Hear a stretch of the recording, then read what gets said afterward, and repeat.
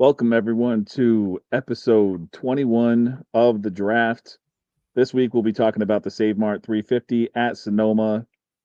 I'm glad to be back, guys. I missed you. I feel like I haven't talked to you in forever. We only missed last week and that's it, but geez. I'll just recap my Chicago race real quick and then I want to kick it to you guys because I miss hearing your voices live. So Chicago was decent for me. Left, between Xfinity and trucks, a little over 3 units up. I'll take it. It is what it is. Bet SVG to win, and that's what happens. The downfall was laddered Will Brown before the race started, so shouldn't have done that. But whatever. I thought it was a good bet at the time, so I guess I don't take that back at all. I am outside, so if it starts raining or something, you'll see this go black. I'll have to run inside, but the guys will stay on. Tino, I'm going to start with you. How was Chicago? Did you enjoy the race? I did. I thought it was a good race. I did see some of your tweets, Ryan, there, in terms of, and other people out there that didn't really necessarily like the Chicago street course. I did enjoy some of the racing there. I think the biggest things that stood out to me were the Alex Bowman, Bubba Wallace, rivalry going on there a little bit. The in-season, challenge finally now I feel like breaking out and getting some hype around it. Not only them, but Chase Elliott and John Hunter Nemechek as well battling too. I thought that was, from those standpoints, like the races inside the race, because of SVG's dominance, helped that race to me become more entertaining. And I will say, I do like the Chicago street race itself, like in the course and all of that. I like that it's a challenge to the drivers. In terms of winning bets, SVG, that was to me like the only real play that I had. A couple other guys out there that I thought had a chance. McDowell was up there. Tyler Reddick's still not really getting the most out of his equipment, I feel like. But yeah, no, I'm happy to be back here with you guys now. And if you guys can tell, my sunburn is a little bit cooling off, shedding all over the place like a snake. But hopefully I can shed some dollars and win the draft this week too. Man, I logged in and I just showed my wife. I was like, "Look at this guy. This guy is roasted." I just couldn't even believe your skin, man. I'm glad that you're healing. Glad to see you're back to more of your usual tone there. Yeah. Um, yeah, the race to me, like I know I was, people don't like when I go and complain about it, whatever, but it's like I just think like there's a lot going on like on Twitter right now. People arguing, they're like, "Oh, all these '90s NASCAR fans like think the schedule's better back then or whatever." It's like it's not even really about that. It's just like I thought that we were doing fine without a street course. I don't know. The schedule seemed cool. NASCAR was still cool without it. It's not like we need it. And then, when I'm just never a fan of races, that aren't drafting races where it happens at the end where almost 40% of the field doesn't finish the race. I just feel like we're missing out on a lot there. You got cars like the Live Fast car and Garage 66 finishing 19th and 21st. I just don't think that really shows what this series has to offer.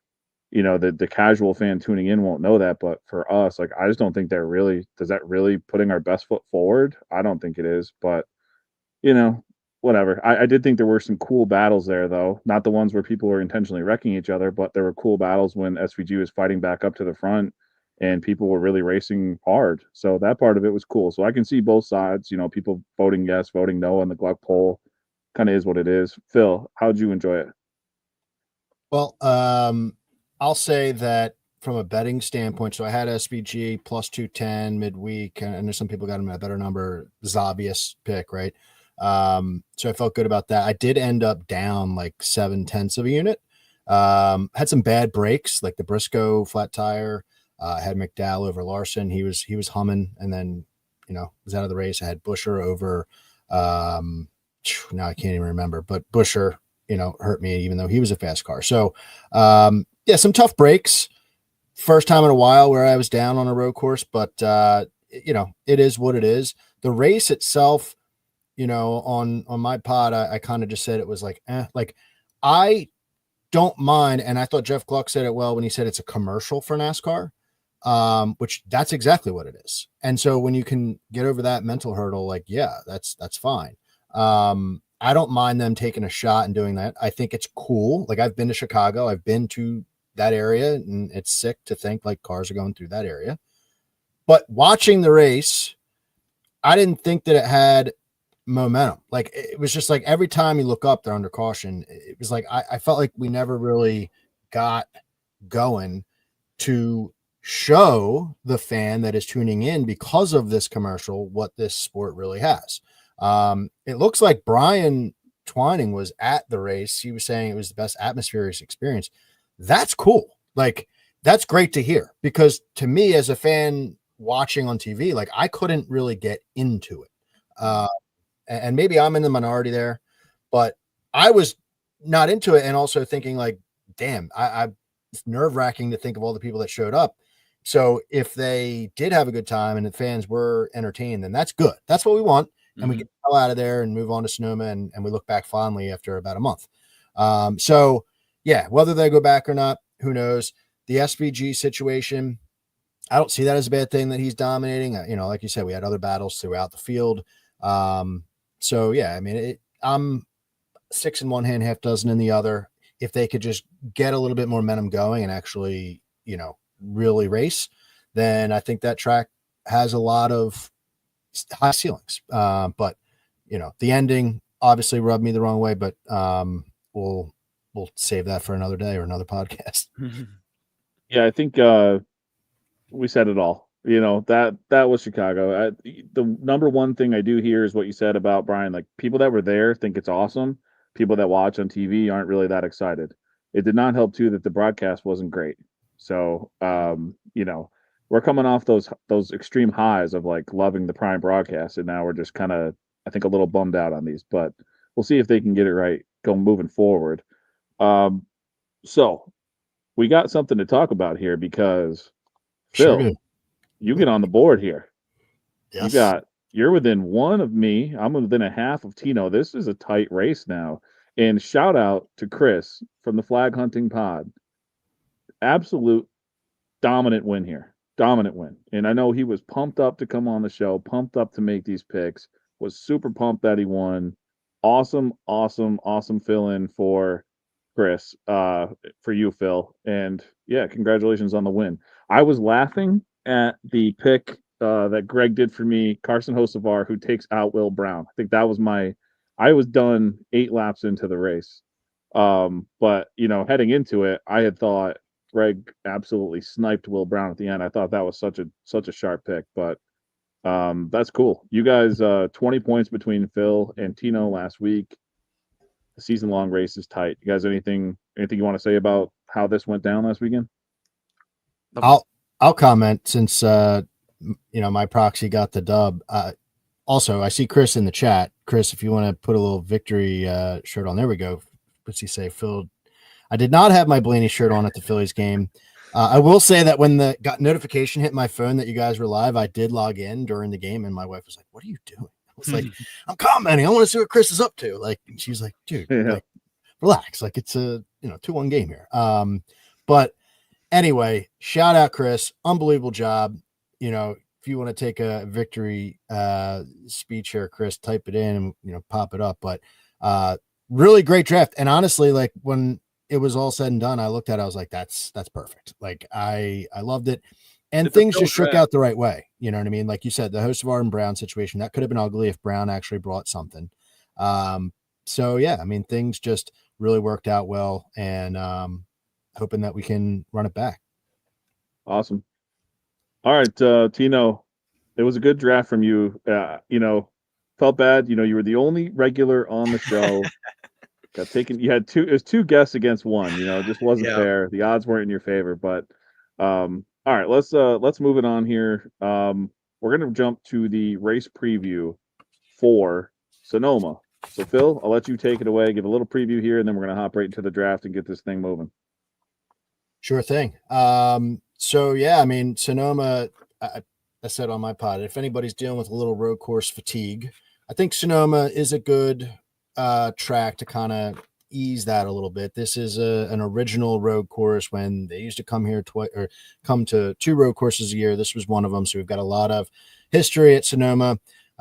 It's up in wine country on the West Coast, and it's about a 2-mile racetrack with 11 turns. I don't know if they actually use all 11 these days, but turn 11 obviously is that tight paper clip at the end, sending you to the start finish line. Very exciting action taking place there as they try to woe up and get around that turn there. But we've got 3 stages, 25 laps in stage 1, 30 in stage 2, and 55 laps in stage 3 for 110 laps total.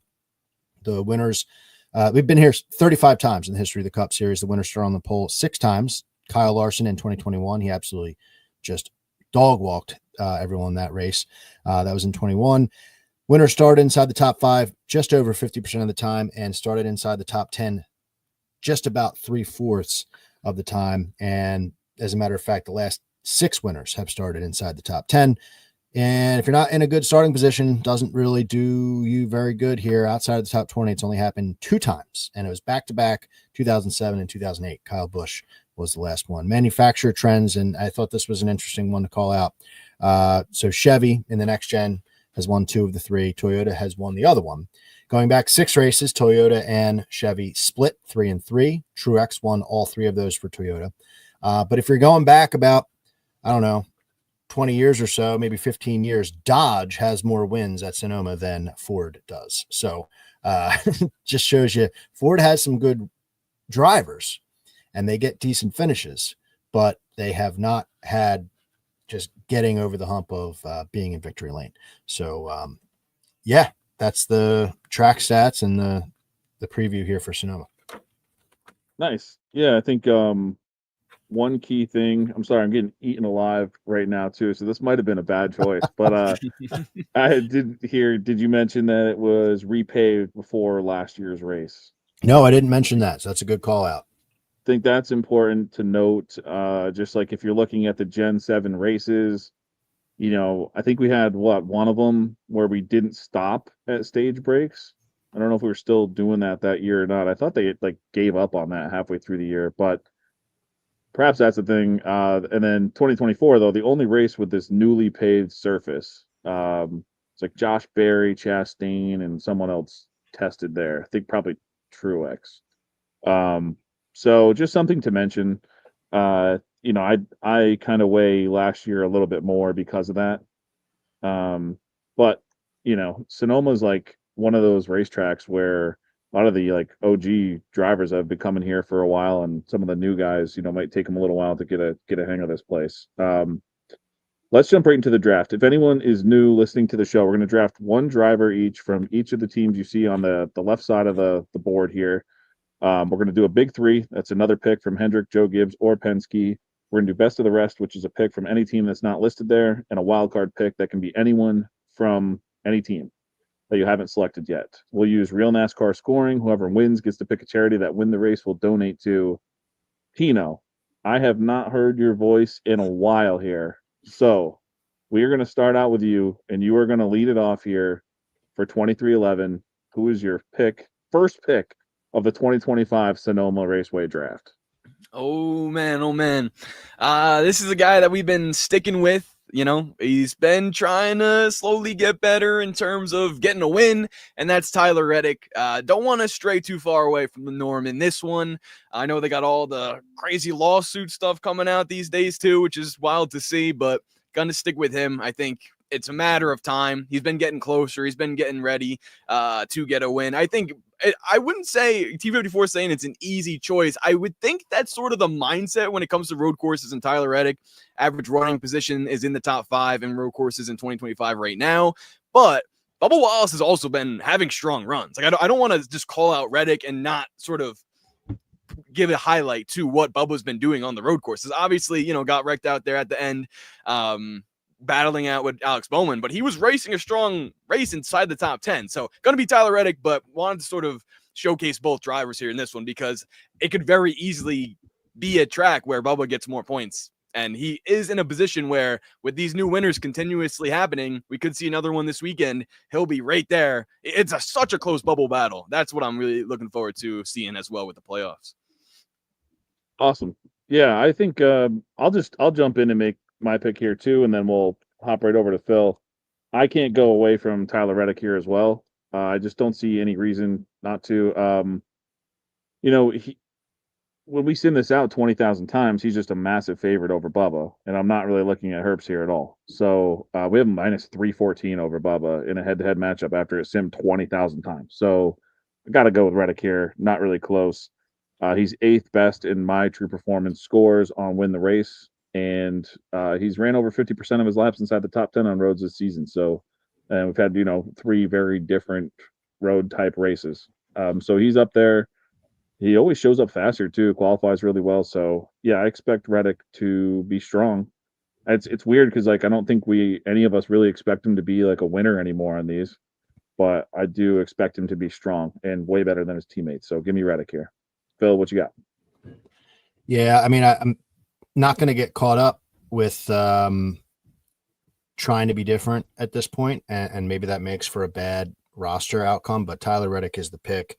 Finished 8th last year. He's had a couple bad finishes in the next gen car, but last year he led 35 laps. I think that might have been the most laps out of anyone in the race. Finished 8th, and this year, has had a couple good finishes. So I think they're just progressively getting better. They're not taking big swings. They're just kind of working through their own stuff, and we know that he's skilled. So, but the others, Bubba, I'm not taking Bubba just because like I don't think he's good here. This season I haven't seen anything really worth a damn. And then when he is worth a damn, he goes and does something boneheaded. So I'm not interested in that. The comment about Riley Hurst is a good one. He on this track or road courses, he kind of strikes me as like a Ryan Preece situation where like he'll run about like 17th. He's got 2 17th place finishes this year. He's beaten Bubba twice on the 3 road courses. So pretty interesting play there. I just, if I was down by a bunch or if I was up by a bunch, I would probably go with Riley and then pray that Reddick does finish outside the top 30 like he's done twice. But I do feel like Reddick is so close to honestly getting in victory lane that I don't want to mess with it. Yeah, I think Reddick is the safe pick here. When I was making the picks this week, I thought this week would be one of the chalkier ones. I didn't really see where I would get different until the end of this draft, so we'll see how it goes from here on out. I'll lead right into my next pick here. We're going to jump to Front Row Motorsports, and for me, I have to go with Todd Gilliland here. And there's a couple different reasons for this. One, it just seemed like, we know Michael McDowell was good on road courses with Front Row, but it just seems like Front Row kind of figured something out as a whole. Like they were good on road courses and drafting tracks. Like that's where they showed up and they were fast. McDowell has no worse finish than 7th here in 3 straight years with Front Row. And then you look at Gilliland last year, first year on the freshly repaved track. He goes out there, finishes both stages in the top 10 and the race in the top 10. So just an overall very strong performance for Gilliland. Can't say that about his teammates. The Sims have him minus 136 over Zane, minus 143 over Gragson. So go ahead and give me Todd Gilliland here. Phil, I'm going to jump right back to you. Who do you got for Front Row? Yeah, Gilly the Kid. That's who we're going with. And I've had him in my mind at Sonoma for a while. And I kind of like what happened last week because, we didn't get to see him. So the books are, we didn't get to see him compete really. So the books kind of letting him sleep for a little bit. 8-1 for a top 10. I think that is worth a look. Ran 86% of his laps in the top 15. You mentioned how he finished in the top 10 at the end of that one. He's got 3 top 10s in the last 8 road courses. Like he's not a slouch, especially if he gets a decent starting position. So he started 14th last year. It's very possible. Front Row, he's had the ability to start towards the front. So yeah, Gillen is the pick. Cool. Yeah, the Philly guys got to say Gilly the Kid. That's like, you just have to do it. So, Tino, who do you got here for Front Row? All right, well, I'm going to change things up here. I'm going to be different. I'm going Zane Smith in this one. And nice. I've been loving Zane Smith on the road courses, and I think I always think that I pick Zane Smith, and then I end up going with Todd Gilliland, which is like sort of, the normal choice, as you could say here. I feel like the average choosing, as you guys both picked them in this one.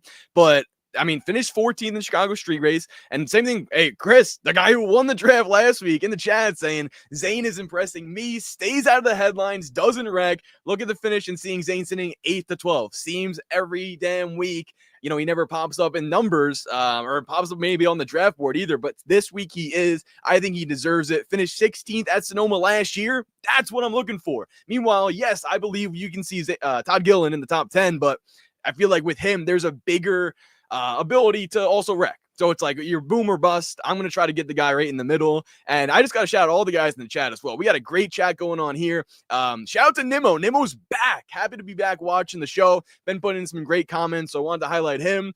My man, all of our best friend these days, whoever picks Joey Logs, that is. That's Sean McBride in the chat as well. Him and Sam Hall, I saw them. He said if Joey Logs he's gonna be disappointed tonight. Yeah, because he said he's logging off and drinking a personal 12-pack. Well, Sean, we may help you out once we get to Team Penske, just to help you have a good night in this one. And then one last one for now. Brian Twining and Kyle will be at the track, boots on the ground for Sonoma. Excited for them.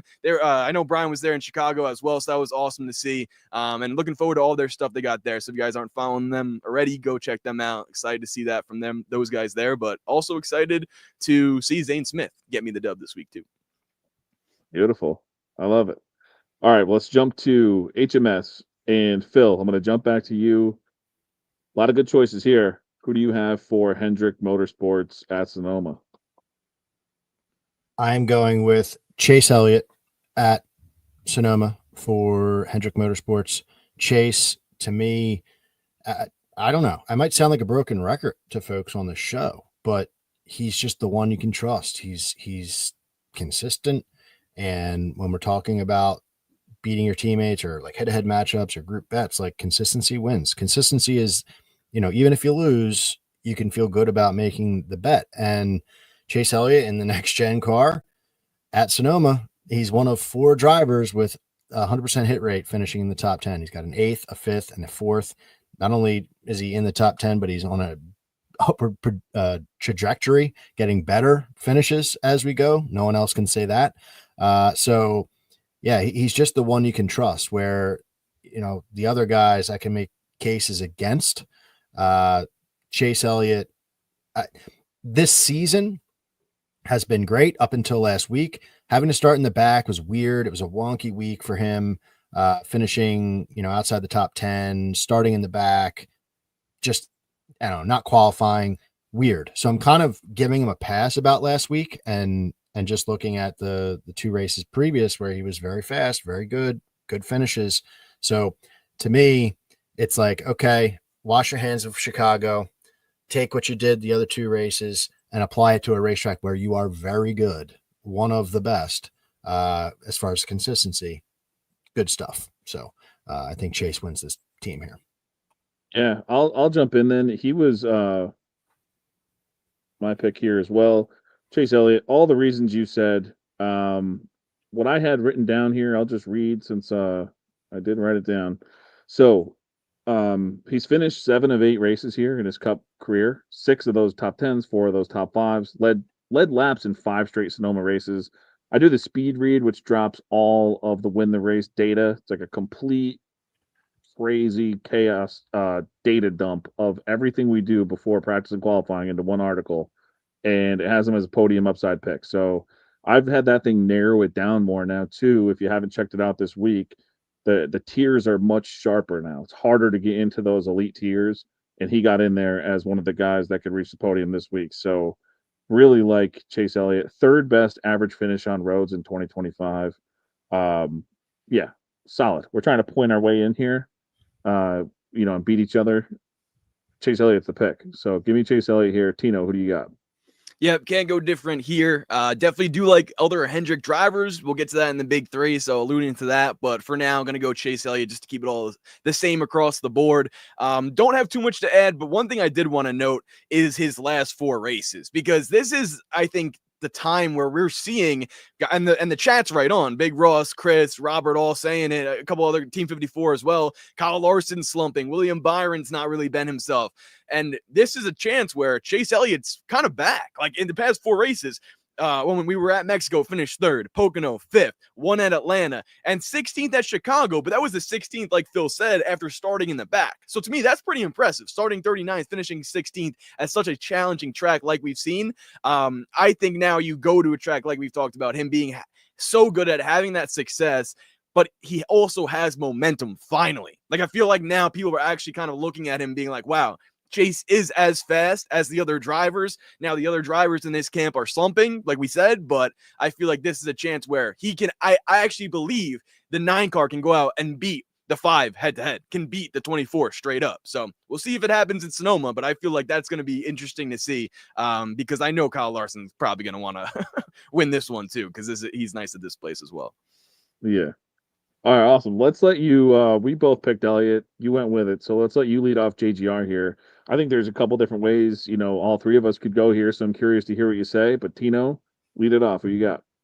Yeah, JGR is a little tricky in this one, but I'm going to go with the driver that's kind of been coming through for me, at least in this camp, and that's Ty Gibbs. Team 54, stand up. Where you at? In the chat. Let's go. Get hype. I'm super excited to see what he can do at this track. 14-1 to win it. I like that value a little bit just because he's been running up front, top 5. We've seen him have strong, showing, and the biggest thing for me is the average running position on road courses in 2025. NASCAR Insights posted that today, and there's Ty Gibbs right inside the top 5 there with 4th, and his average running position is 10th with a 10.92. The other guy, I guess Christopher Bell would be another alternative option, but just seeing how he's raced last week, I feel like I didn't get as much as I wanted from him. And the one thing that Greg actually mentioned that I was totally in line with our opinion on Ty Gibbs is the fact that where he's at in the playoffs right now, they're going to be running the optimal strategy to see him get the win. He can't point his way in. He has to win to get in at this point for Ty Gibbs. I think we're going to see them taking extra chances, doing extra strategies that may help him do so. Maybe from a draft standpoint, that hurts me because I don't get as many points as someone that's flipping the stage. But if he gets the win, that will help me in this one too. So I'll take a little chance here on Ty Gibbs as I've been doing, and it's been working out. All right, Phil, who you got? Also going Ty Gibbs. So putting a little pressure on you, Ryan, to be different here, but Ty Gibbs, I mean, I'm not avoiding other guys in JGR. They are definitely on my list of potential picks later, but for all those reasons, and I'll just call out, like, Gibbs was fast last year, had a bad finish, only ran 16 laps, but all of them in the top 15, started 10th, just got wrecked. He had a fast car. He's run the last 2 Xfinity races here. Last year, led like the second most laps and got wrecked off of like the 50th lap or so. And the year before that, he finished 4th behind folks like AJ Allmendinger and Kyle Larson. So like he's had some experience, at this track, where I think we think like young driver, only been in the Cup Series for a couple years, doesn't have Sonoma experience. He's gotten some for being young, and just seeing the progression that he's made this year.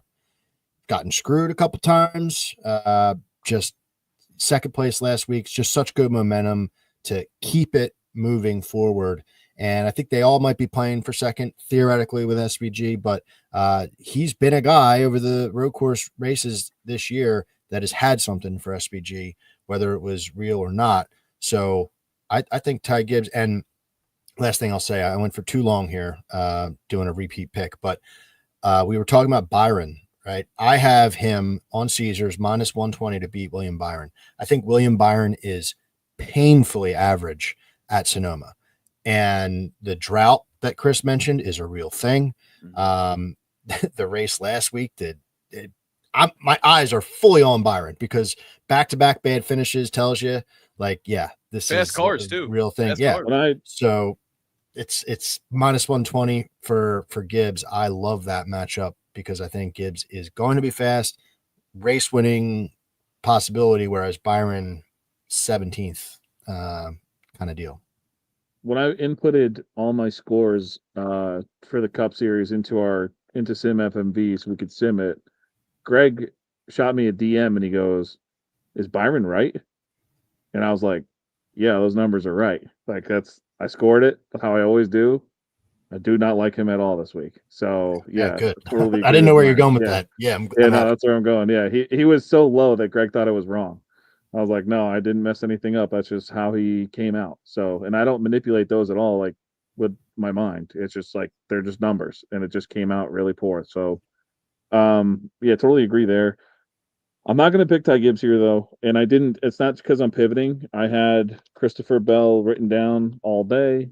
Um, and really, it's just a consistency thing that I like with Christopher Bell. If you look at the 3 races we've had on roads this year, there's only 5 guys who have an average finish inside the top 10. Christopher Bell's one of them.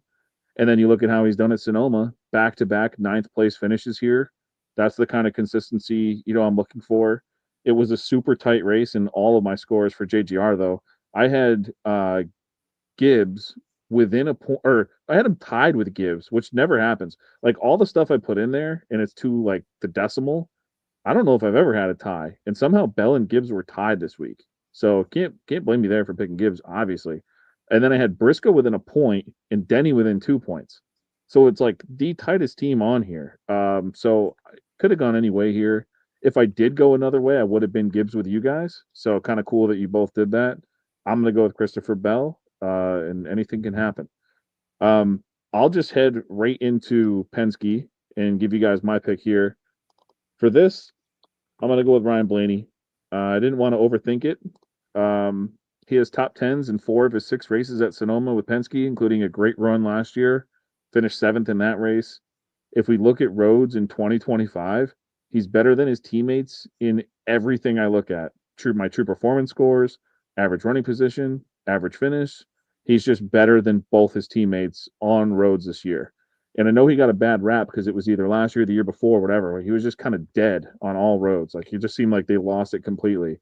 But he's not a bad road course driver historically. I don't think Blaney's bad. So especially at Sonoma, probably one of his best ones. So give me Ryan Blaney here. Phil, I'm going to jump back to you. Who do you have here for Penske? Yeah, I'm going Blaney. Chris is right. He said Cindric is no longer a road course guy. That's a fact, man. I mean, This season is just eye opening. 25th, 18, 27th, and not good starting positions either. So you know what's very weird about strange. him too, Phil, is that he's like fast almost everywhere, but like never can put a race together. It's so weird. Like he'll go out and practice and he'll score well in practice all the time. It's just like I know the race starts and he can't do it. And that's why it's so surprising to like look up halfway through the season and see how bad he's been, because on a week to week or practice to practice basis on these road courses, you're like, oh wow, like okay, Cindric doing Cindric things, but he doesn't qualify well and he doesn't finish the race. So not good. Can't go with him. And you mentioned him, Blaney. I mean, I'm taking him because I don't need Ryan Blaney to win the race. My bar for Ryan Blaney is 10th. Like, get me to 10th. And when you're looking at his teammates, they're not getting to 10th. Joey Logano is the other one. And I hate to do this to Sean. And I'll be honest with you. I really looked at, I'm confused by Brian's Gibbs and Cindric Spider-Man meme. I don't quite understand that, but the Joey Logano speed this season, like it's just he doesn't have it on road courses. And then you look what at he means. go ahead. Sorry.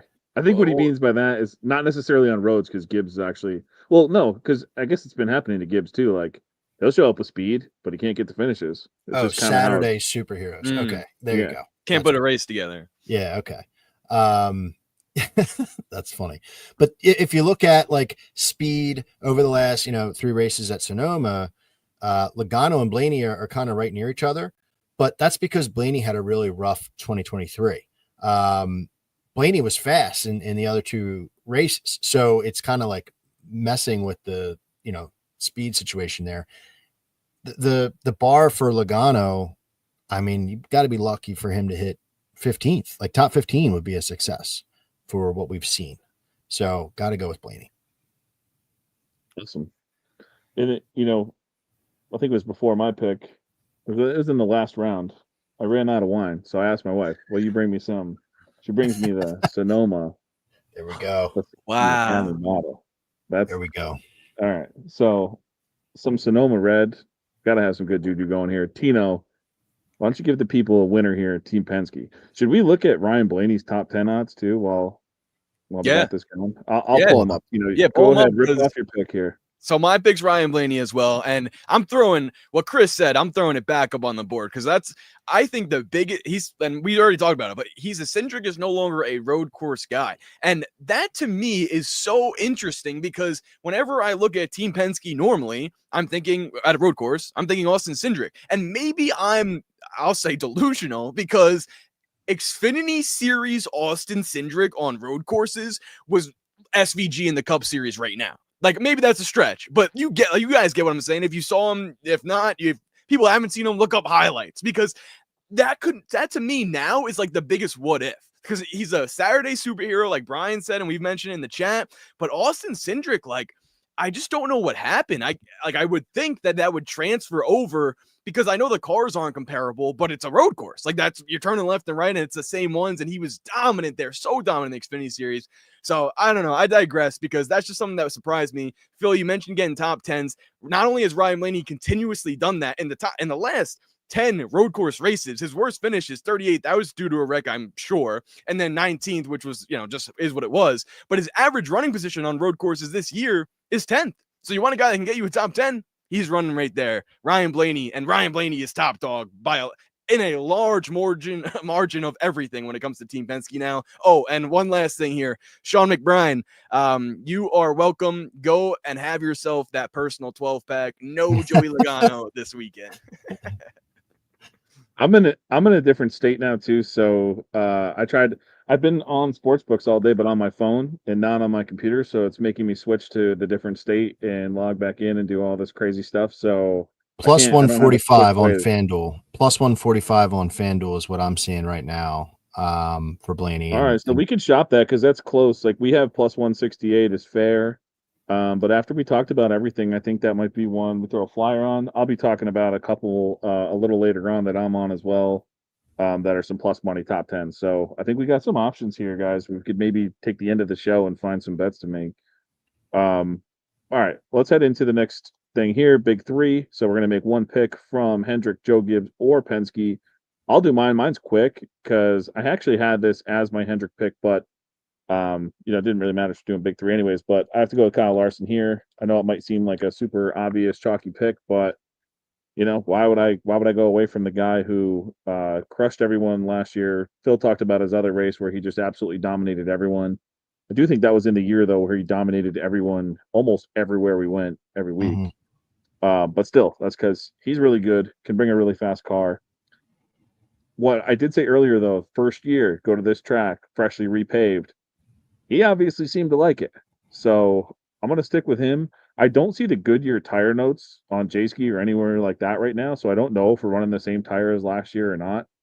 I haven't heard anything otherwise. So I'm just going to assume it's business as usual until we see anything else. So give me Kyle Larson here. I think he can show up really fast and kind of get everything back on the right track for him and Hendrick as a team. So I'll take Kyle Larson here. Phil, jumping back to you. Who do you got for big three? I'm actually going to ask to skip to Tino, if that's possible. Tino, if you're ready. Yeah, I'm ready. You mine's cool Kyle with that, Larson. or do you guys want to rock paper scissors this? No, I'm cool because I'm Kyle Larson too, so you can just throw him up on there. Right. And the only thing I wanted to add with him is just my thought process with him because last year I remember, guys, if you're tuning in, this may help other people out there. And this was very similar to how we talk about Ryan Blaney, a little bit with Tyler Reddick, but for Kyle Larson specifically, this point last year, he was also slumping. He has that, very reminiscent to Jimmy Johnson during the summer when he would slump too.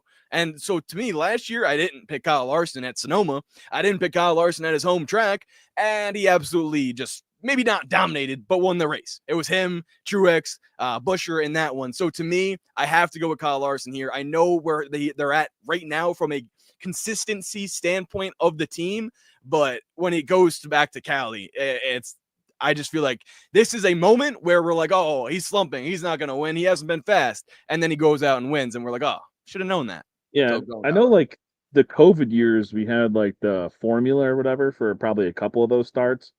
But didn't he start on the pole in like 6 straight races, like 5 or 6 straight Sonoma races or something? So like, and then last year, I mean, he qualified 5th. So I don't know. Look at the odds now too. I think he's the second favorite to qualify up front to only SVG, who's like damn near plus 100 or plus 150 everywhere to qualify on the pole nowadays. But yeah, I think, he'll be starting up front as well. Curious to see where this brings Phil, though. Phil wanted Tino to go first after I chose Larson. So, Phil, I know you had mentioned when we talked about JGR, maybe taking someone else there. Is that where you're going? Yeah, I wanted to look something up on the fly. I kind of wrote this guy down earlier as not somebody that I was thinking about earlier today when I was thinking about the list, but I'm going to take a shot. I still haven't made my mind up if I'm going to go Larson later on. So maybe we could switch it for the graphic later if I do make that choice. But right now, I'm going to take a swing, change things up a little bit, not for the sake of it, but for kind of a leap of faith. And I'm going to go with Chase Briscoe as my big 3 pick. This is my thought process, and this is what I was looking up. So we are looking at a driver who is like slowly but surely finally starting to gel with that team. Like over the last 2 months, they have really, whether they got the finishes they deserved or not, has shown that he can be a factor, in this playoff hunt.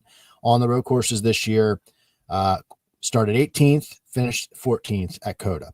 Started 19th at Mexico City, finished 7th, so a top 10 there. And then last week at Chicago, started 5th, ran in the top 5, 10 all day, cut a tire towards the end. He was definitely a factor in that race. So getting better and gelling more with the team. And we're going to a racetrack that the 19 team fucking dominated. They were absolute beasts. And whether you could say that's all Truex or not, because a lot of that, different crew chiefs over the years, whatever, the 19 team, you can't overlook it. And so what I was looking up was, I was like, I remember earlier this year, I made a comment on my pod or on this show. We're going to a racetrack where the 19 has been consistent in the next gen era. And, I think Briscoe could do well here. That was Pocono. That's what I was looking up. And Briscoe won Pocono. So I think, we need to start making those connections to where Truex was dominant. Can Briscoe jump in? Briscoe's stats at Sonoma are nothing to write home about. In fact, they're actually scaring me. Briscoe, remember we talked about it on this show. He talked earlier in the year when he was interviewed about how he did not think it'd be that different to jump into a Toyota. Yes. And it totally messed with him. Like, it totally messed with him. Now I think, like, we're just over halfway through with the season. I think now he's got the hang of it. He's showing up now. Yeah, it does look like that. And so I'm kind of throwing all track history out the window for Briscoe. I mean, he has a 13th to his name, but that's not going to get this done for me. I need him to run top 5 and not cut a tire. So taking a swing. But he's one that I mentioned. I had texted Greg earlier in the week or DM'd him in Discord or whatever, and I was like, man, we do not show any value on it at all. Like, at all. But, like, Briscoe's like 45 or 50 to 1 places. Like, I don't know. You just sprinkle that a little bit, and, like, what if the 19 team brings that magic?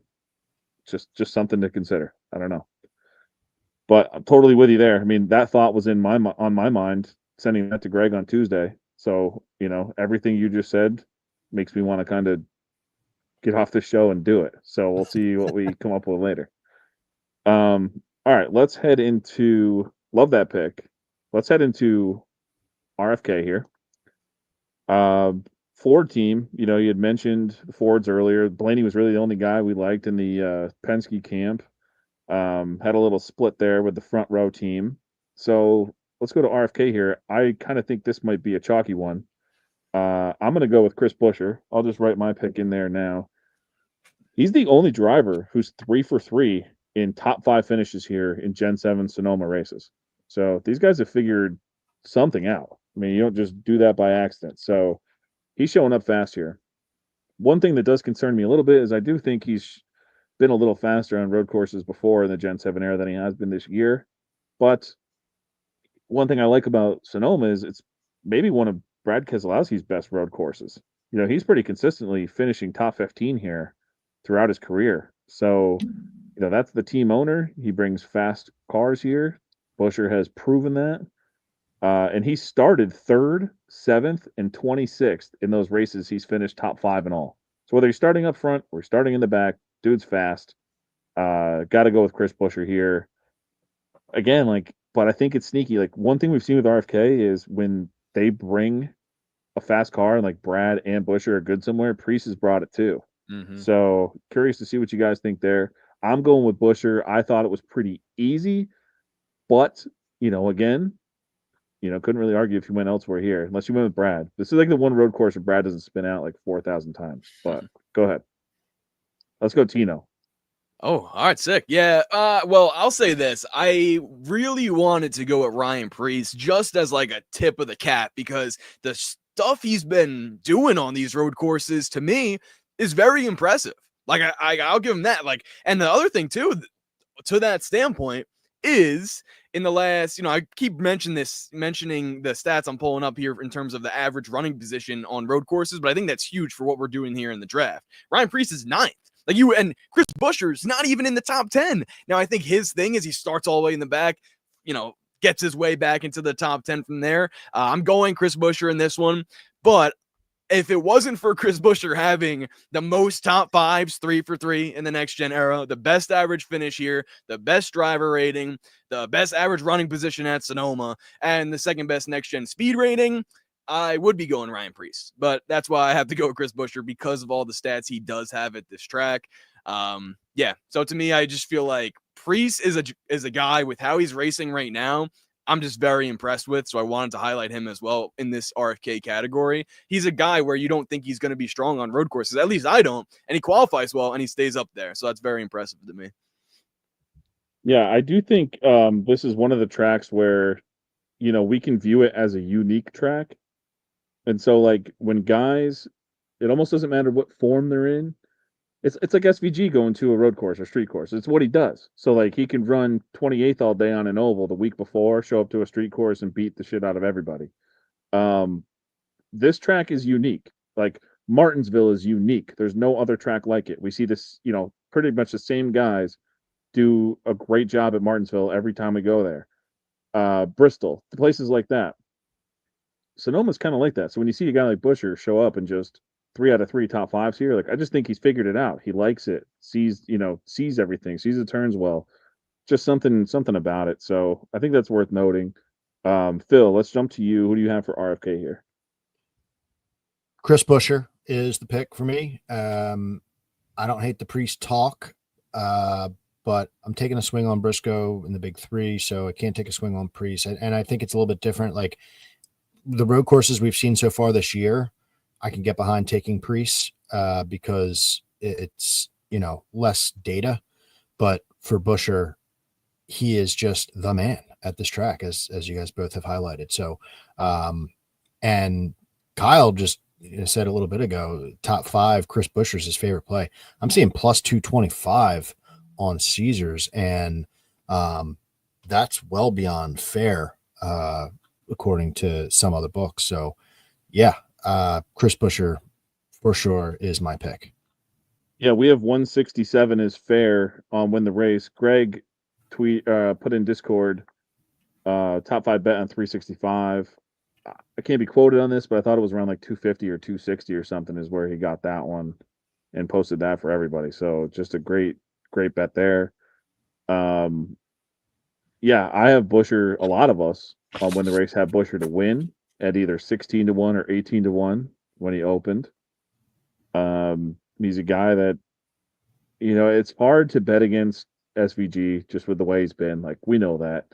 But when we get these valuable lines, or at least valuable according to our simulations and what fair market value would be, we got to take them. Like, especially on a track that is unique like this. And yeah, SVG went out and, spanked in a lower series, but hasn't raced a cup race here. So, we'll see what happens. It's still, everything that we bet pre-practice and qualifying still leaves enough room to go out there and put some SVG coverage on yourself on your betting card.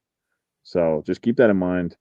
I think we might be, speaking of him, I think he is coming up here in a couple rounds. And I think this next Spire is going to be super chalky as well. Phil, I'm going to kick it back to you. Let's leave it off here for Spire. I can't really see us picking different guys here, but maybe you want to shock the world here. What do you got? No, definitely not shocking the world. In fact, I've been waiting for Sonoma so I could take Michael McDowell to win. And, he's 11-1 on DraftKings when I took him. Taking You him did in. take the 11. I'm tempted to take the 11. We I still did. have slight value on that. Mm-hmm. Yeah, I did, because for the same thing you were just talking about with Busher, right? SVG ate up everybody on Mexico City, ate up everyone at Chicago. The point of the veterans having more experience at this track, never racing a Cup Series race here, there's something to that. And even, last year at Chicago, right? SVG was the man, but one slip up and he's out of the race. And if he's out of the race, like one slip up, one turn fucks your car up. And now who's going to win the race, right? It's McDowell, it's Busher, it's Gibbs, it's, those guys. McDowell had something for him. Elliott. McDowell's interview too. He told everyone, I've got something for Shane this week, and he did. He did, yeah. And Yeah, it's he was just right. super unfortunate. The thing that sucks is the cat's out of the bag with McDowell. He's been great for top tens over the last few years on road course. He's just a good road course driver, man. And so, yeah, I mean, he's got a good average starting position so far this year, 7.7. He's putting himself in good positions. 11th, a 5th. Last week was a 32nd, but we saw what he had. He was running up front. Whether SVG was playing with him or not, who knows? We didn't get to see that play out. It would have been fun. And you think about it, right? The two races that SVG has dominated recently, we didn't get to see the battle that should have been, right? At Mexico City, we didn't get to see him versus Gibbs, like coming down the stretch. We didn't get to see McDowell versus SVG last week. So are we going to have a race where we actually get to see like the bigger dogs battle and have him win a race, against the quote unquote second best car? So McDowell is definitely one to have in your card. And Yeah, he makes sense here. I was like a little butthurt because he opened up at like 16 or 18 as well. So a lot of win the race guys got that while I was just trying to enjoy a family dinner, and you missed these lines. And it was a good dinner. It tasted great, but missed that line, and now I might have to join you on this 11 venture here. Maybe take a top 5 or something if we find a good line there. Coming to a new state for people that do, if you ever travel out of your normal state, definitely log into all the books because there's a lot of lines on a lot of markets, I should say, in a lot of books that I don't get in New York. So I'm in Massachusetts. There's a lot of cool stuff I can bet on that I can't bet on in New York for NASCAR specifically. So if you do go into a different state, just check out your books. You'll find some cool stuff in there that you don't normally get in your state. Or you travel to New York and they strip it all away from you. So either way. I'm traveling to New York 3 times the next month, so that's great. Yeah, you are. Yeah, I can't wait till you guys come up for Richmond and you see how weak it is. I'll just make your bets before you drive up here. All right, so I'm taking Michael McDowell. I already put it on there. Tino, are you shocking the world or taking Michael McDowell here? Going to Michael McDowell as well, and I think I love this question from Kyle in the chat. Would you guys prefer Busher at 14 or McDowell at 10? I'll answer it first. I would prefer Busher at 14. I feel like in a head-to-head between these two guys, Busher wins. That I think equipment-wise, it's hard to say. I would lean RFK being faster, but then I think McDowell's road course experience kind of has the edge from that standpoint. But with how Busher raced at this track last year, that's where I'm going with Busher in this one. If I'm going Busher at 14, obviously going to have some SVG, and then I'd like to take a McDowell top 5 at plus 150. What do you guys think, though? Ryan, would you rather have Chris Busher at 14 or Michael McDowell to win at 10-1? Well, that's the dilemma. I have Busher at 16, and I don't have a McDowell bet yet. I mean, it's very tough. And there's 2 longer shots I'll talk about in a minute here, but McDowell was so fast. He finished 3rd, 7th, and 2nd in a front row car, and now you strap him on an HMS engine, who just beat the crap out of everyone here last year. So I don't know, man.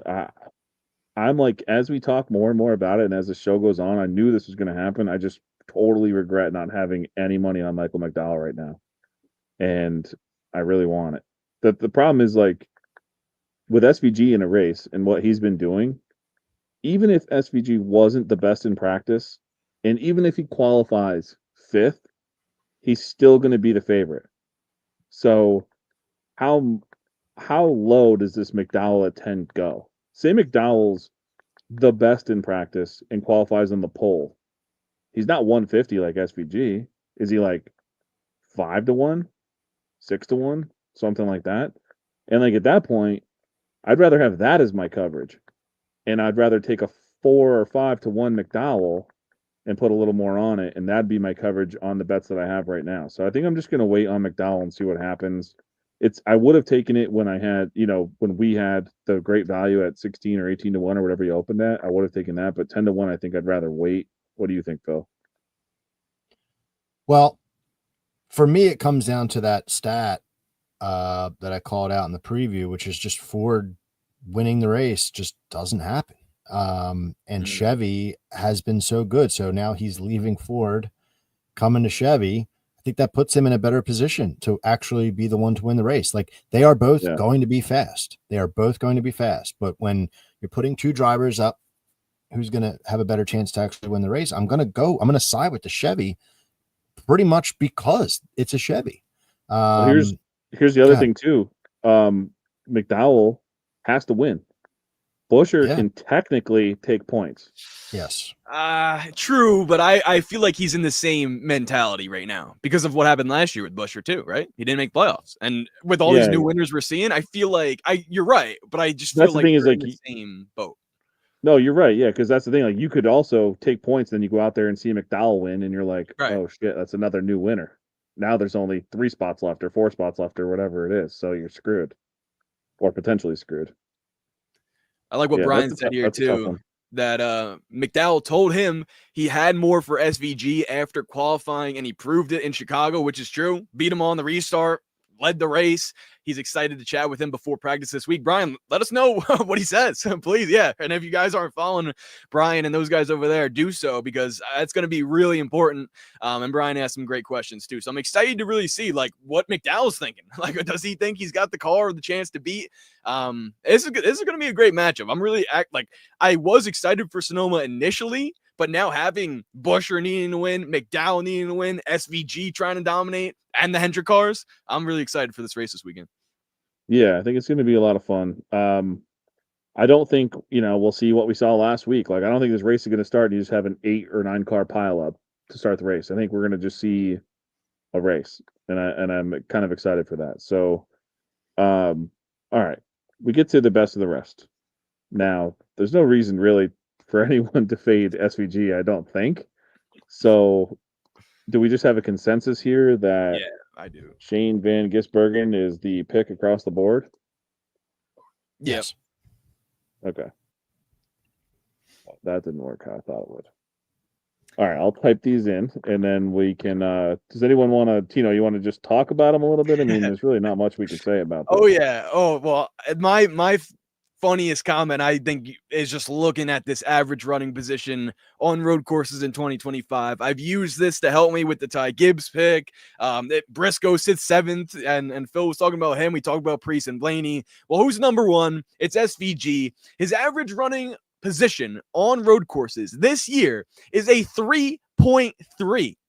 Next up is Christopher Bell with 10. It's a 10th, 10.09. AJ Allmendinger, 10.5. Gibbs with a 10.9. 7 positions better than the field. And we're not just talking about like the Mexico City, and we're not just talking about obviously he's great at Chicago. No, like we've also been to Coda, right? And I guess, maybe just one place, but to me, that's pretty important because although he hasn't had as much experience on this track as other drivers, right? We've talked about that too.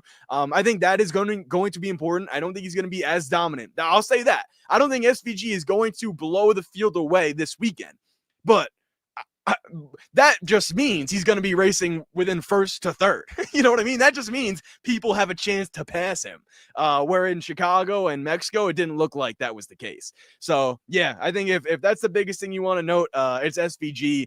And I'm interested to see how you guys are. And I think this is a good spot to throw it to Phil here because What would you do, Phil, to potentially try to bet on SVG this weekend to win outright? Are you looking at the Chevy market, or are you getting him at what plus 160? I'm seeing is the best, which is I just shivered at that. Well, the way I structured my card was I took Trackhouse plus 130. So I'm giving up 30 cents, but I get all three of those guys. Suarez has a victory here in 2022. I'm probably going to talk about the next guy in that camp in a second. So I get all three of them just in case, shit hits the fan. And then I'm playing defense with Toyota, which is, because Chevy is now down to minus 330 on, one of the books that I was looking at. And that's because of Larson being so good here.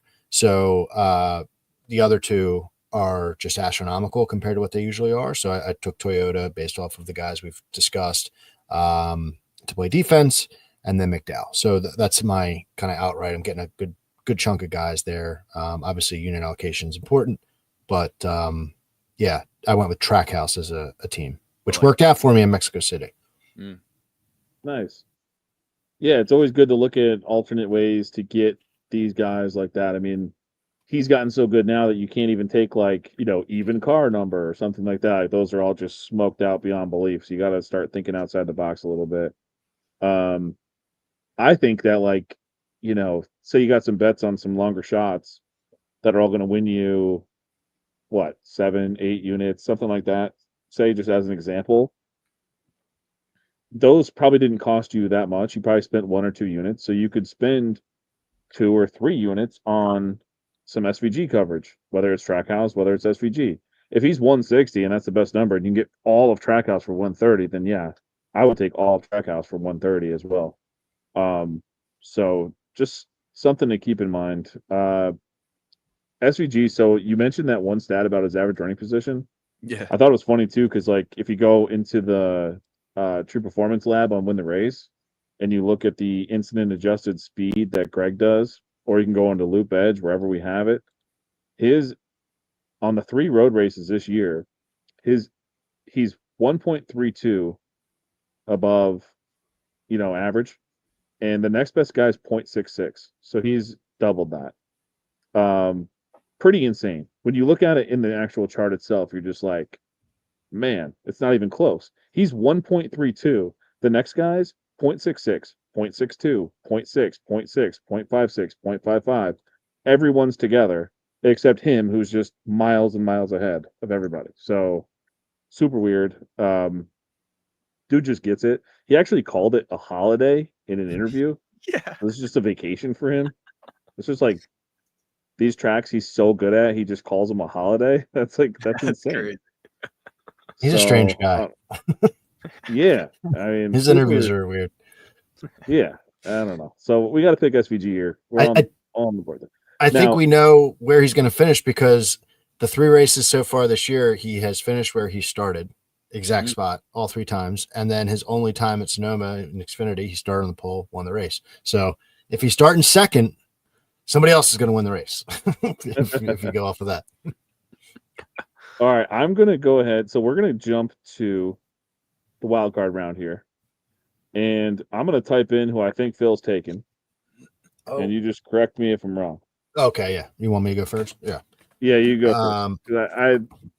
I could tell that's where this was headed, and I love this pick. So I want to hear what you have to say about it. Yeah. Couple different places I could go, right? I could go, oh, he must have been raining. It's raining. Oh no.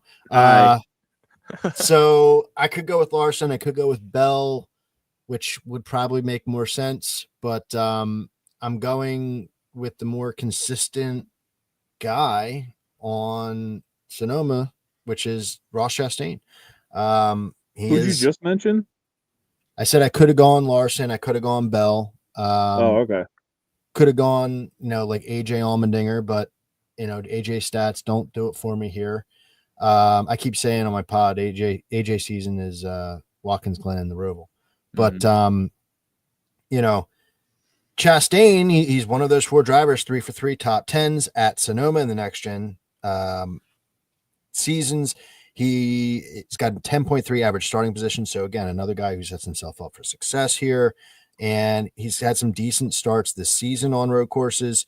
Obviously, a honestly, I meant to say, Ryan, the loop edge on Win the Race is, if you don't have Win the Race, it's worth it just for that. It's great to be able to just see everything all in one shot for whatever races Thank you want to you. look at.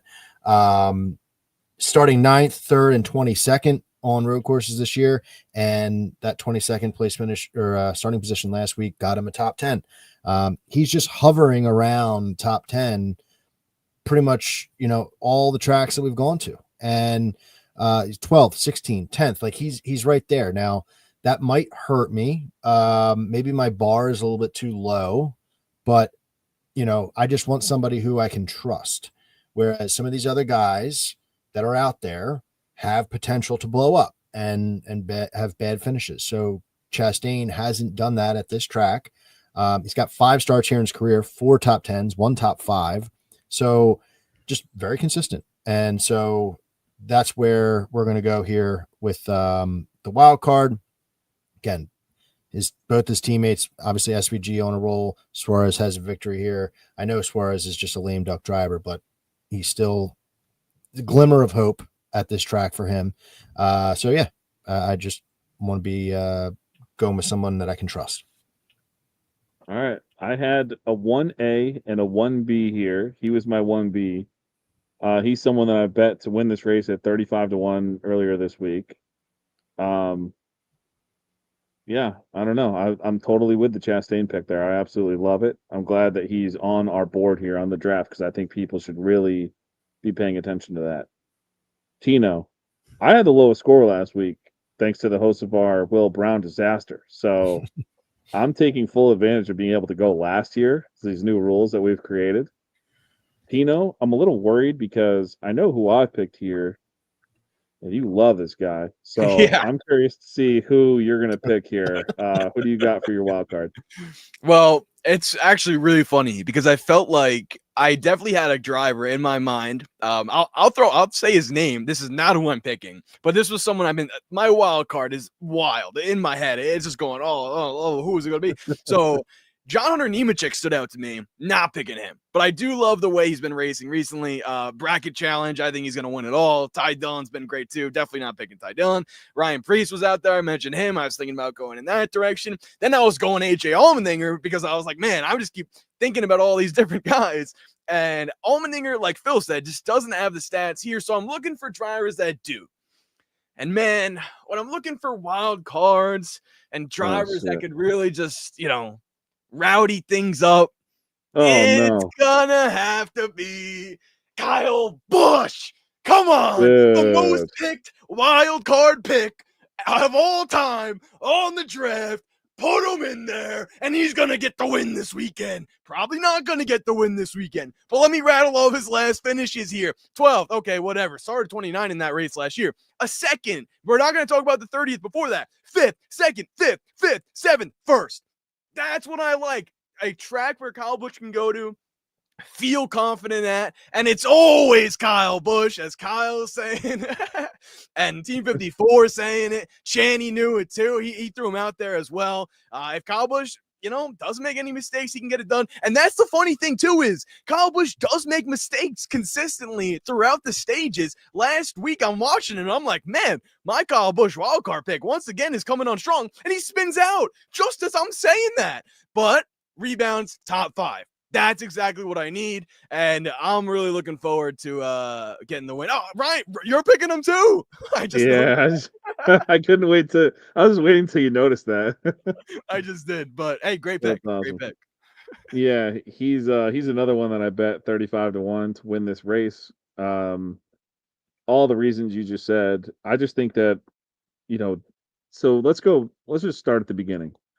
If we look at my true performance rate ranks scores on Win the Race, I mentioned, this gap that Shane Van Gisbergen has on the field and adjusted speed.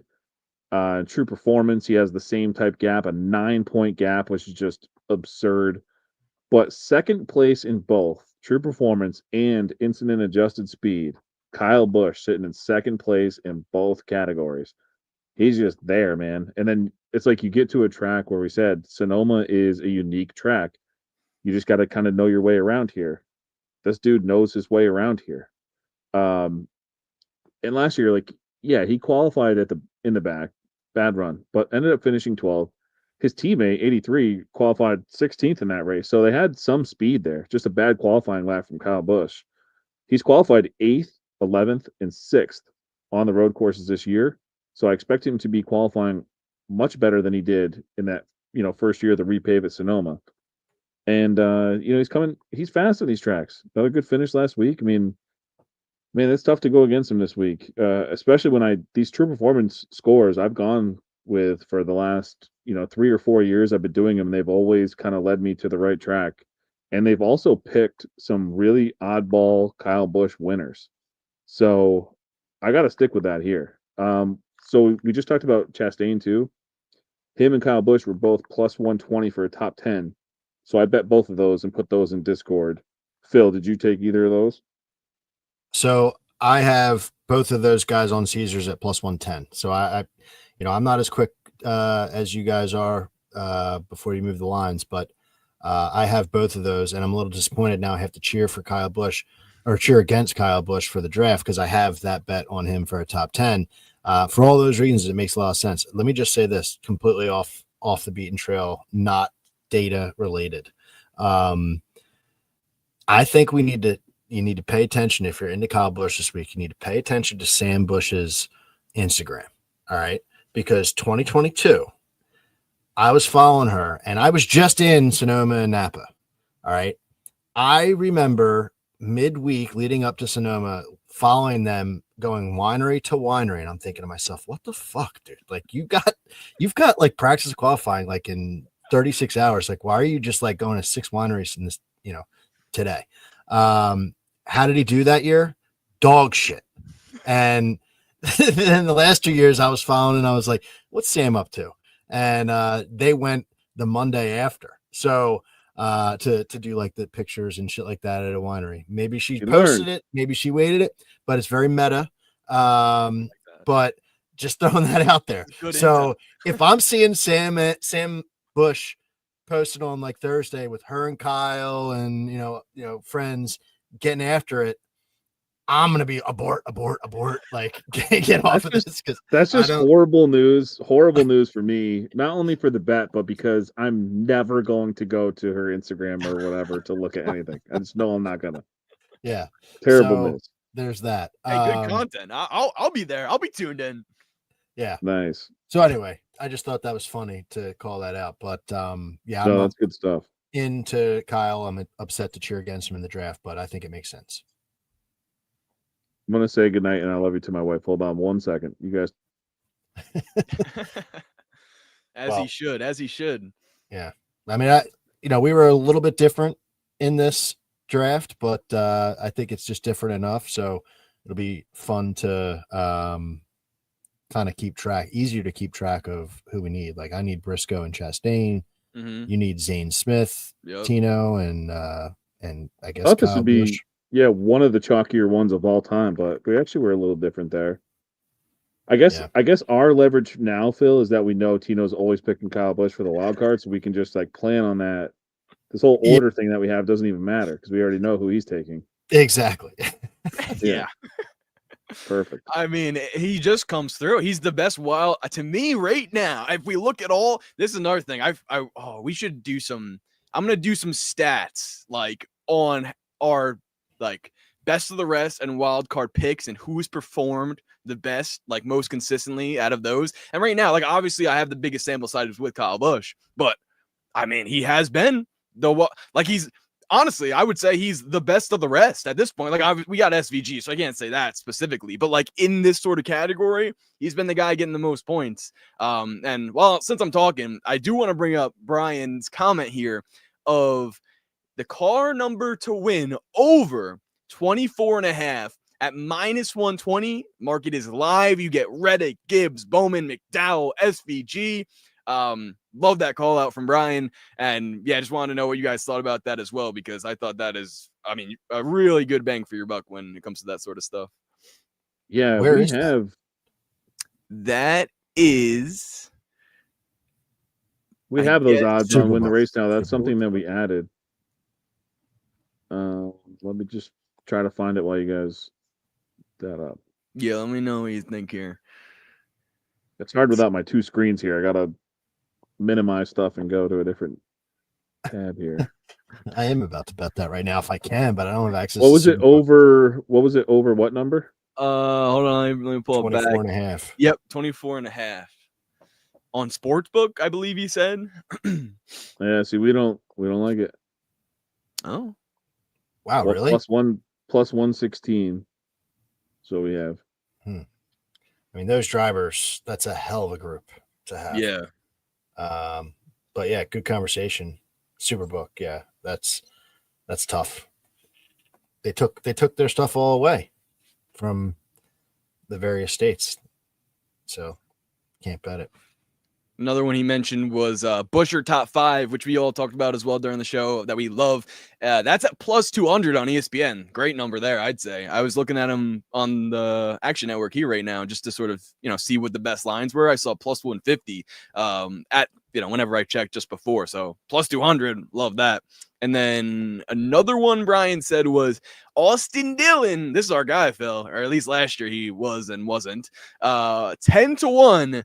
Is or longer, certainly in play for a top 10. 10-1 for a top 10. Good qualifier here. Mid-teens finisher at Sonoma. I think I'm all out on Austin Dillon this year, unfortunately. You know who I would play? Ty Dillon, which I did last week in a matchup for his tournament challenge against Brad Gazowski, and that won. So I was happy about that. I think books like 3 or 4 years ago, books offered like top 20 odds 1 week, and then you never saw it again. And I think offshores offered it for like 1 week too, and then they're like, "Oh yeah, we can't do that," and then they got rid of it too. So top 20 odds would be fun though. It'd just be so smoked out nowadays. Ty Dillon over Bowman. That's a tough one. I think Nemechek over Eric Jones. That's what I would say that one. I can't. Yeah, but is he saying just because of the number? What's the number at? Well, that's massive. The tournament. It's massive. Yeah. It's like, is he like plus 350 or something? Let me see here. He's like I think Bowman's like minus 330. So really, wow. I think Bowman's like live to win the tournament at plus 260 or whatever. He's great at Dover too. Plus 215 for Dillon over Bowman. I mean, you take that and then just cheer for Bowman to wreck out. I mean, Dillon's got back-to-back 23rd place finishes in his 2 races in the next gen car. I mean, Bowman's not like fantastic, but he's pretty damn good at finishing 15th, 16th. So yeah, I think if he just stays clean, he wins that one easily. And then he should be running, 10 spots higher at a minimum. The Leggy 220 would have fed families last week. Yeah, it probably would have. It really would have. That 19th place finish, man, that's like, holy crap. What are we doing? This is a good one. This is a good one, too.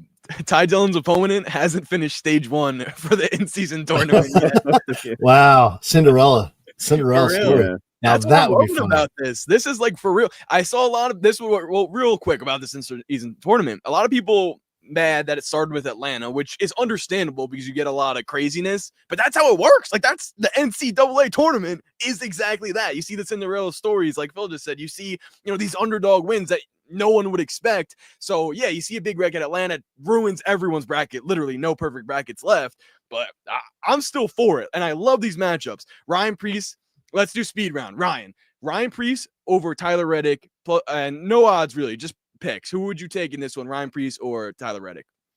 I would take Reddick if you held a gun to my head, but if you told me to pick one of your favorite upsets, I'd pick Preece. Okay, I like that. Yes. And we already talked about Alex Bowman over Ty Dillon. I feel like should happen. Ty Gibbs versus Zane Smith. I feel like we'd all probably go with that Gibbs. Right? Okay. And then the last one, this is the best. This is my favorite one.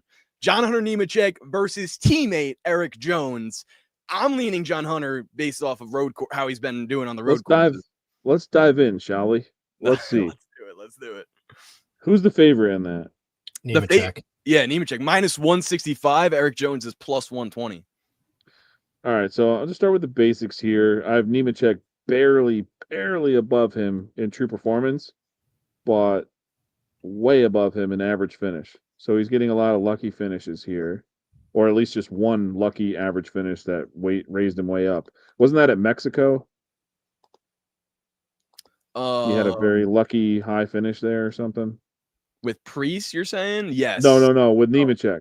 Nemechek. Let me Yeah. check. Let me Nemechek. Oh There shit. you go. Oh He had a shit. 6th place finish at Wow. Mexico City, There you go. Yeah, see, we have Eric 15th Jones. last week. We have Eric Jones fair at minus 122. Wow, that's a big difference. And he's plus 120. Yeah, that's pretty wild. So I don't know. I mean, so let's pull up. Let's go even further here. Let me jump into this. Yeah, Jones came out ahead of him on the speed read. And then I don't have Loop Edge up right now because I have 19 tabs up, but I'll pull up a 20th tab.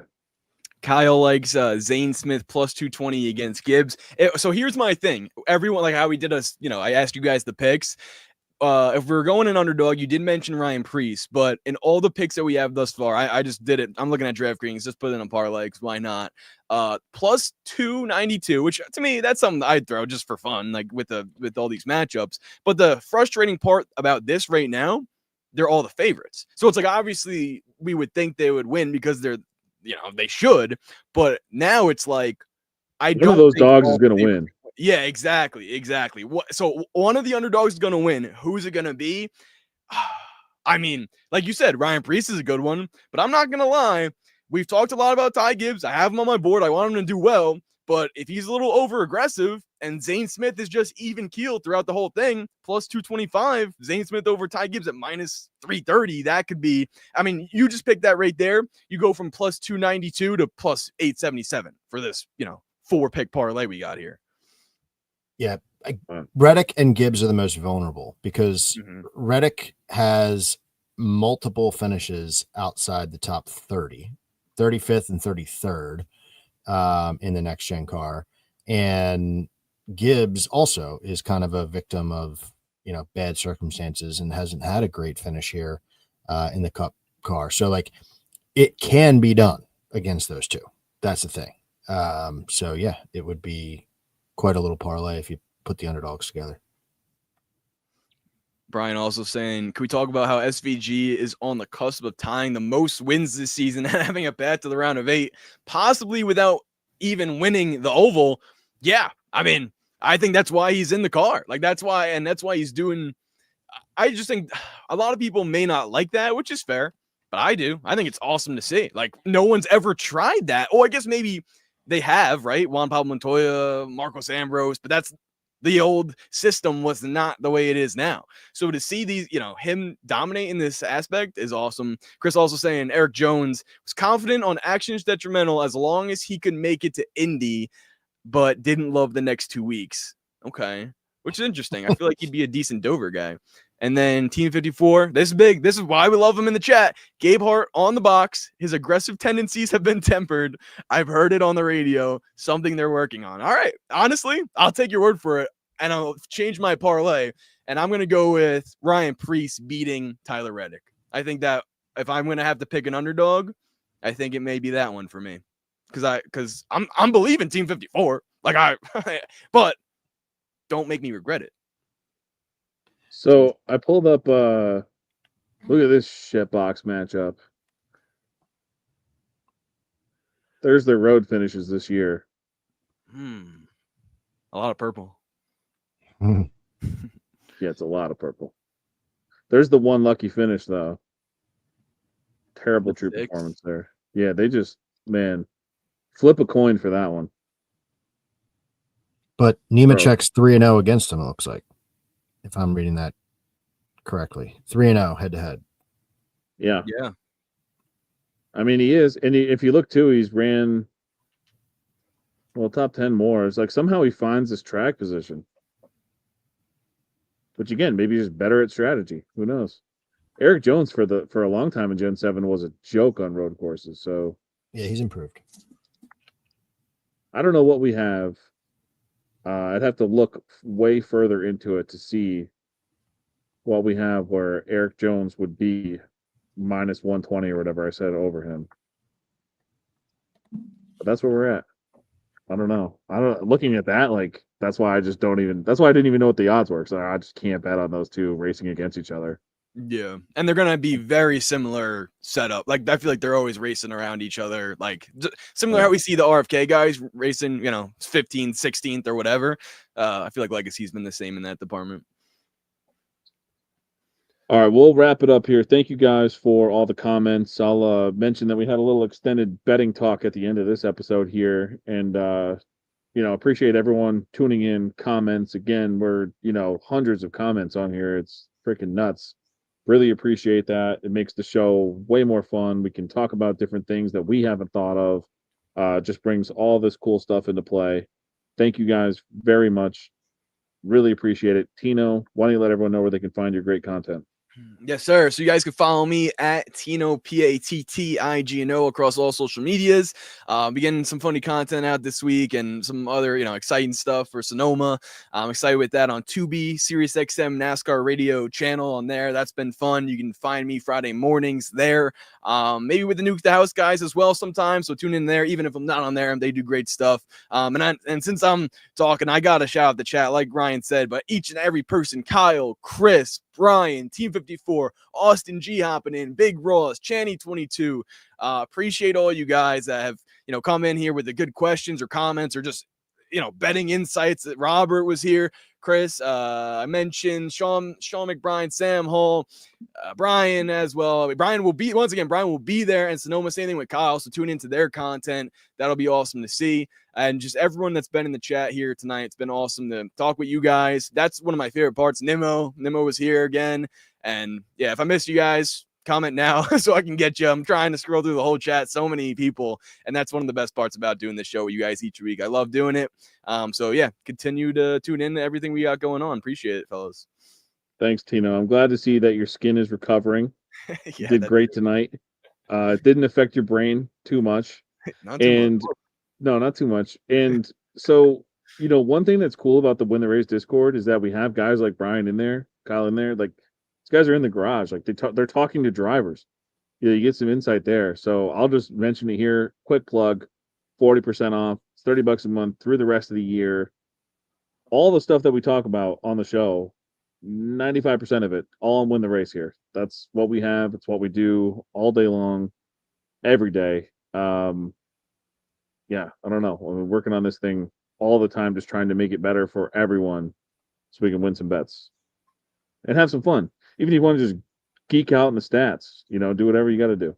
One thing that I think is cool is that like people use it for their own ranks. Like you can have your own spreadsheet system. Don't even use ours. Just take our stuff and whatever you like in it, put it into yours, and you make your own ranks. I think that's one of the coolest things because that's what I used to do. And that's why I created the site. I wanted a site that had everything that I like to use. But if you got your own system, take some of our stuff, put it in there. Hopefully it helps you succeed. So, Phil, where can everyone find all your great stuff? We don't have any trucks for a couple weeks, but let them know where they can find it when we get back there, and we'll be crushing some truck bets too. Yeah, I mean, honestly, well, I won't. I won't. You do. I don't know why I don't just. I'm just gonna. I told you this last week. I'm just gonna tail every truck bet you have from now on till the end of time. That's it. You're my guy. No if pressure. My family doesn't eat. It's your fault, and that's it. It's on you now. So go ahead, tell everyone they can find it, and now I'm riding with you. Yeah, I appreciate it. It's been a little rougher ride for the trucks this year than last year, but we'll see if we can turn it around a bit. Yeah, Full Tank with Phil is the name of the pod for the Cup Series action. New one out today, and at Full Tank Phil on Instagram, on X, and Full Tank with Phil YouTube channel for all the truck stuff when that comes back. It's coming back for IRP, but I'll be on vacation, so I doubt I'll put one out for that. But I'm still licking my wounds from that road course race. That was an absolute shit show. So I'm happy to be on vacation from the trucks for a little bit. But yeah, I'll be jonesing for it in about a month. But yeah, I mean, I appreciate all you guys and was happy to be back. Shout out to Chris. Get me the win last week. He's been in the chat all week. Hopefully I can, keep that momentum going for our little squad here and have fun. Brian and Kyle, jealous. Being there, boots on the ground, do your thing, and hopefully everyone wins some money this weekend. Yeah, hell yeah. I think this is one race I can, trick my wife into going to or something. Like, get her out there, get some wine. Races this weekend. She would have no idea. She doesn't follow the schedule at all. So we'll see if I can trick her one day. But yeah, thanks guys. Appreciate it. It's cool doing this outside. Probably got a lot of bug bites on me. I'm gonna be as red as Tino Yeah, was last week just with bug bites. Yeah, there's another one's flying on the freaking light here. looks like So it's all right. snowing over there. Yeah, appreciate it, guys. I'm gonna enjoy my vacation. I will just see everybody next week. We'll be back Wednesday night, 8:30 p.m. Eastern time. Thank you. Enjoy Sonoma and good luck with your bets.